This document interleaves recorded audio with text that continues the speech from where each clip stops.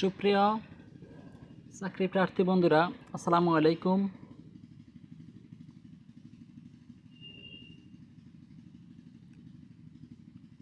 আপনারা যারা প্রাথমিক সহকারী শিক্ষক নিয়োগ পরীক্ষার জন্য প্রস্তুতি নিচ্ছেন, আজকের আয়োজনটি আপনাদের জন্য।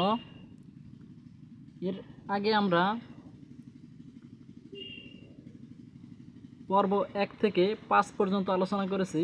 তো আজকে আমরা পর্ব 6 নিয়ে আলোচনা করব। তো এর আগে যে কথাটি না বললেই নয়, এখনও যারা আরিফ একাডেমি ইউটিউব চ্যানেলটি সাবস্ক্রাইব করেননি, অবশ্যই চ্যানেলটি সাবস্ক্রাইব করবেন এবং পাশে থাকা বেল আইকনটি প্রেস করে দিবেন।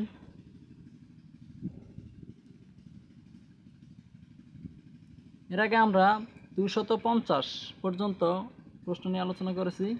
আজকে 251 নম্বর প্রশ্ন থেকে, মোহাম্মদ জিল্লুর রহমান বাংলাদেশের কততম রাষ্ট্রপতি ছিলেন? 19তম।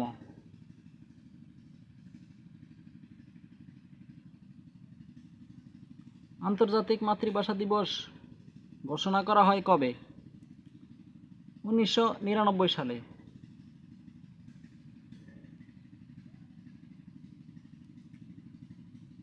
কাজী নজরুল ইসলামের প্রথম উপন্যাস কোনটি?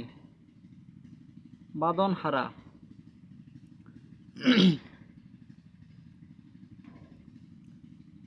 ফিফার কার্যালয় কোথায় অবস্থিত? সুইজারল্যান্ড।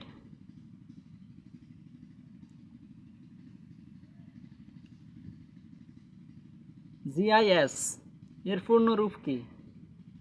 Geographic information system.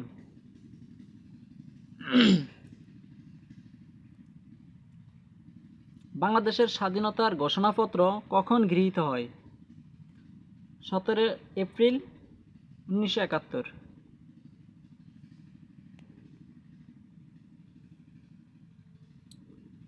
বাংলাদেশের স্বাধীনতার ঘোষণা কবে জারি করা হয়? 10 এপ্রিল 1971।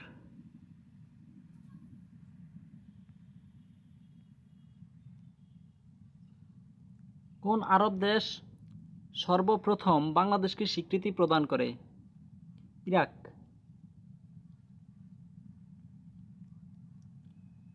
ভাষার ক্ষুদ্রতম একক কোনটি? ধ্বনি।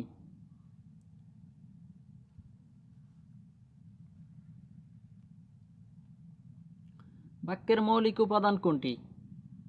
শব্দ। প্রশ্নগুলো খুবই ইম্পর্ট্যান্ট।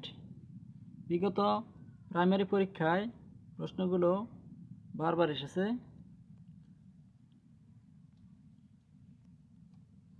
বঙ্গবন্ধু শেখ মুজিবুর রহমানের আত্মজীবনীমূলক গ্রন্থের নাম কি?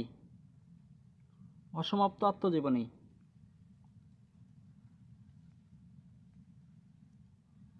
ইতিহাসের জনক কে?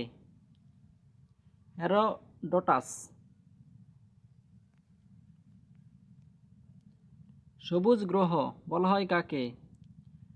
ইউরেনাস।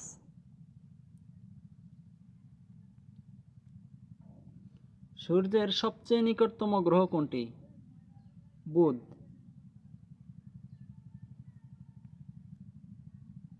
লাল গ্রহ বা গোলাপি গ্রহ বলা হয় কাকে? মঙ্গল।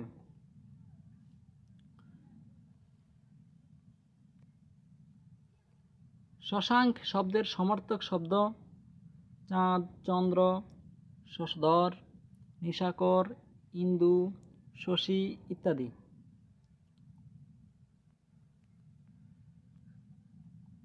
উত্তম পুরুষ উপন্যাসের রচয়িতা কে? রশিদ করিম। রশিদ করিম রচিত উপন্যাসগুলো হলো আমার যত গ্লানি, প্রসন্ন পাষাণ, সোনার পাথর বাটি।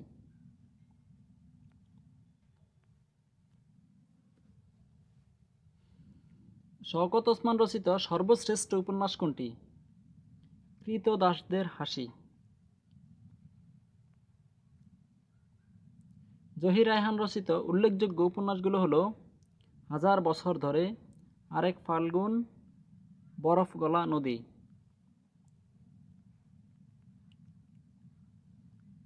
শহীদুল্লাহ কায়সার রচিত বিখ্যাত উপন্যাস? সারেং বউ, সংসপ্তক।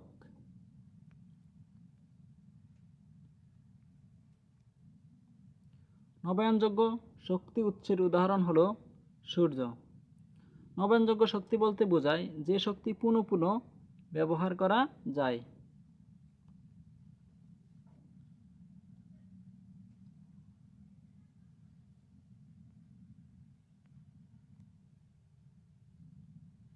ইউরোপীয় ইউনিয়নের কোন দেশ এখনো ইউরো গ্রহণ করেনি? ইংল্যান্ড। ইংল্যান্ডের মুদ্রার নাম স্টার্লিং। আরবি ভাষার শব্দগুলো হলো আল্লাহ, আদালত, ইসলাম, খবর, ইনকিলাব, দালাল ইত্যাদি। বাংলা ভাষার শব্দগুলো হলো হাঁড়ি, ঢেঁকি, বাতাসা ইত্যাদি। বাংলা ভাষা অসংখ্য শব্দ রয়েছে, গুরুত্বপূর্ণগুলো যেগুলো বারবার এসেছে সেগুলো উল্লেখ করা হলো। পর্তুগিজ ভাষার শব্দগুলো হলো আনারস, বেগম, বাতাবি, সাবান ইত্যাদি।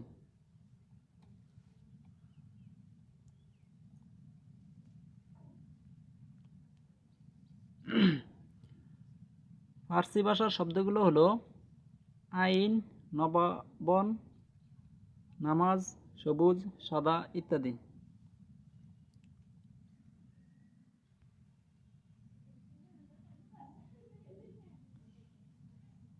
কোনটি কম্পিউটারের বাহির্মুখ? মনিটর।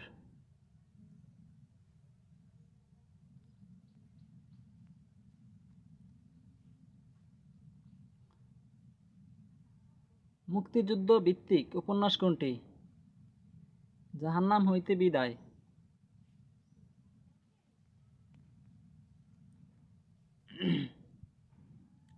জাহান্নাম হইতে বিদায় উপন্যাসের রচয়িতা কে? শওকত ওসমান।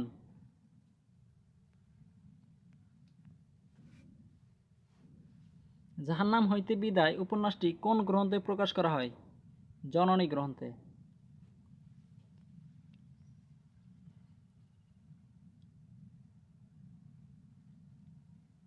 সূর্য দিগল ভারী উপন্যাসটি কার লেখা? আবু ইসহাক। দুঃখিত, এখানে সূর্য দিগল হবে, এখানে টাইপিং মিস্টেক হয়েছে। কর্ণফুলী উপন্যাসের রচয়িতা কে? আলাউদ্দিন আল আজাদ।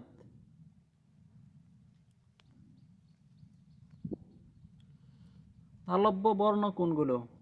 রসৌ, দীর্ঘৌ। উচ্চারণ স্থান অনুযায়ী অগ্রতালু থেকে উচ্চারিত ধ্বনিকে তালব্য বর্ণ বলে।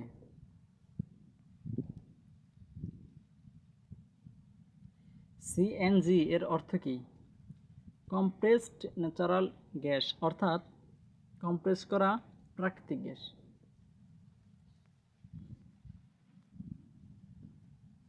কোন মুসলিম মনীষী সর্বপ্রথম নোবেল পুরস্কার পান? মোহাম্মদ আনোয়ার আল সাদাত।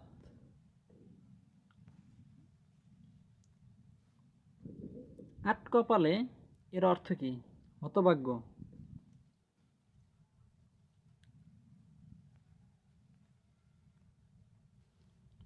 বাংলাদেশের মুক্তিযুদ্ধে অসাধারণ বীরত্ব প্রদর্শনের জন্য কতজনকে বীরত্বসূচক খেতাব প্রদান করা হয়?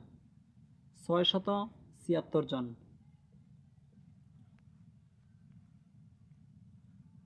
হ্যারি পটার কি একটি শিশুতোষ বই?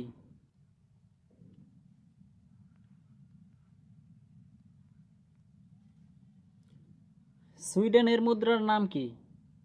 ক্রোনা।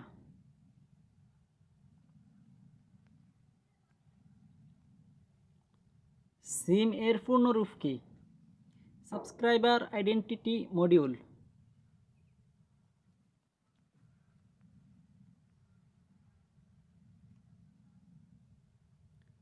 গ্রিনল্যান্ড এর মালিকানা কোন দেশের? ডেনমার্ক।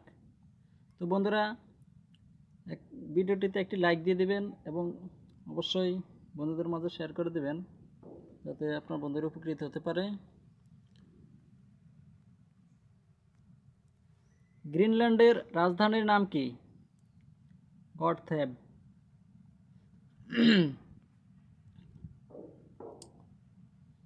বাংলাদেশ সংবিধানে প্রশাসনিক ট্রাইব্যুনাল বিষয়টি কোন অনুচ্ছেদে সন্নিবেশিত হয়েছে? 117 অনুচ্ছেদে।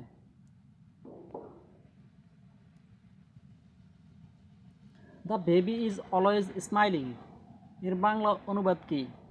শিশুটির মুখে হাসি লেগেই আছে।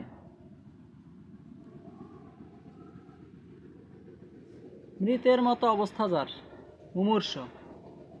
মুমূর্ষ শব্দটি বহুবার আমি দেখেছি, কখনো শুদ্ধ বানান, কখনো মৃতের মতো অবস্থায় ভেবে এসেছে। খুব গুরুত্বপূর্ণ একটি প্রশ্ন। গবেষণা এর সন্ধিবিচ্ছেদ কি হবে? গো যোগ এসনা। ওয়ারী বটেশ্বর কোথায় অবস্থিত? নরসিংদী।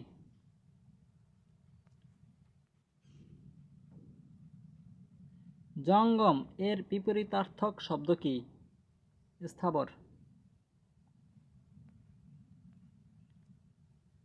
৭৬-এর মন্বন্তর বাংলা কোন সনে হয়েছিল? 1176। কাফকো কোন দেশের আর্থিক সহায়তায় গড়ে উঠেছে?